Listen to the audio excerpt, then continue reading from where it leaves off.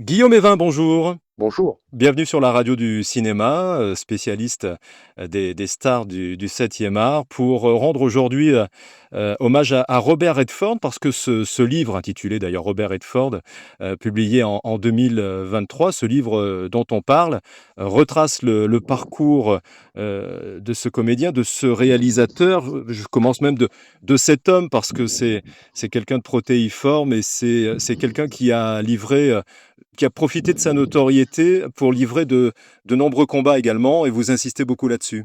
Oui, je pense qu'il y a un mythe Redford aujourd'hui parce que, au-delà d'être un immense acteur et un réalisateur de talent, en fait, Redford, c'était le visage de l'Amérique. Mais l'Amérique que l'on aime, pas celle qui s'est dévoyée aujourd'hui. Il était l'incarnation, à mon sens, d'un idéal, démocratique. Et d'ailleurs, dans beaucoup de ses films, il, heu, il va il va essayer de regarder l'Amérique en face et à chaque fois, de confronter ses compatriotes à des questions, brûlantes ou qui peuvent les tarauder. Il a été l'un des pionniers, par exemple de la cause, environnementaliste. Il faut voir par exemple, son son western survivaliste, qui était, Jeremiah Johnson, dont d'ailleurs, heu, des années plus tard, lorsque DiCaprio jouera dans The Revenant, bah, c'est un peu le même esprit. C'est-à-dire que dans Jeremiah Johnson, par exemple, Redford voulait montrer que l'homme pouvait vivre en harmonie et avec son environnement et avec les Indiens, les autochtones. Donc il a toujours eu comme ça ce souci d'être en phase avec, les maux MAUX de la société américaine.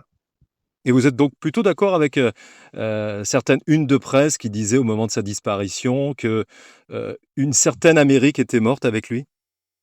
Ah, c'est sûr que lorsque l'on voit, l'Amérique d'aujourd'hui, heu, excessive, boursouflée, haineuse, c'est sûr que ça fait mal. Oui, c'était mais c'est pour ça aussi qu'il était aimé, parce qu'il était l'Amérique.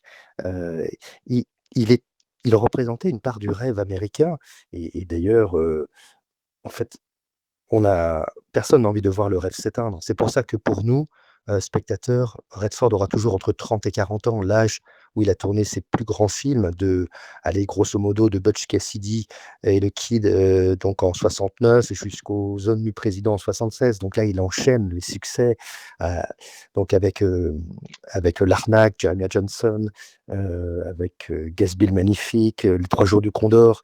Bon, c'est un il est l'étoile qui brille le plus au début des années 70 à Hollywood. L'étoile va continuer à briller, il laisse un héritage artistique important. Évidemment, il y a la légende Sundance, mais bon, l'Amérique est peut-être, une certaine Amérique est peut-être morte, mais une certaine idée de l'Amérique n'est pas éteinte malgré tout. Oui, parce que, bien sûr, alors, je le disais, il s'est battu pour, donc, la cause écologiste. Il a également un peu comme, Marlon Brando et Jane Fonda, il a défendu les Amérindiens, les minorités en général. Il s'est battu pour faire reconnaître certains droits.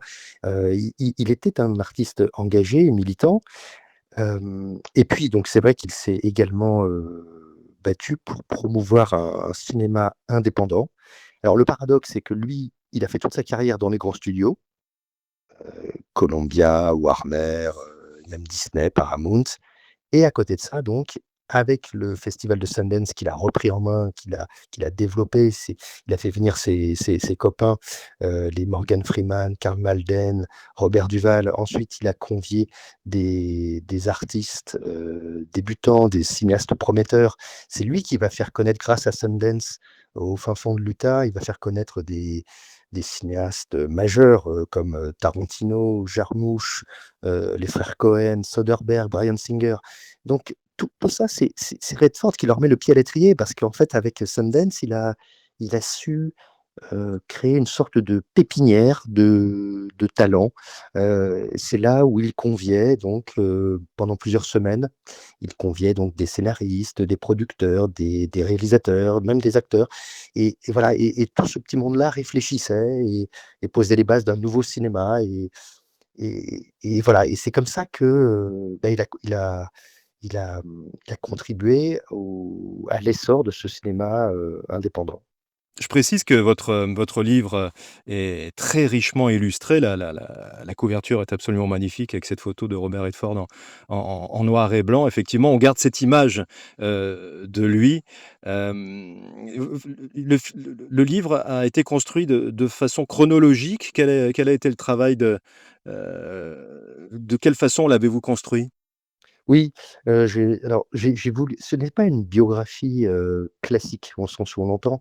En fait, j'ai voulu, hem, essayer d'ausculter, voilà, le mythe Redford, heu, montrer ce qu'il représentait aujourd'hui et puis après j'ai déroulé, bon, classiquement, son parcours, donc de son enfance, adolescence, à Los Angeles, et puis, ensuite dérouler toute sa carrière.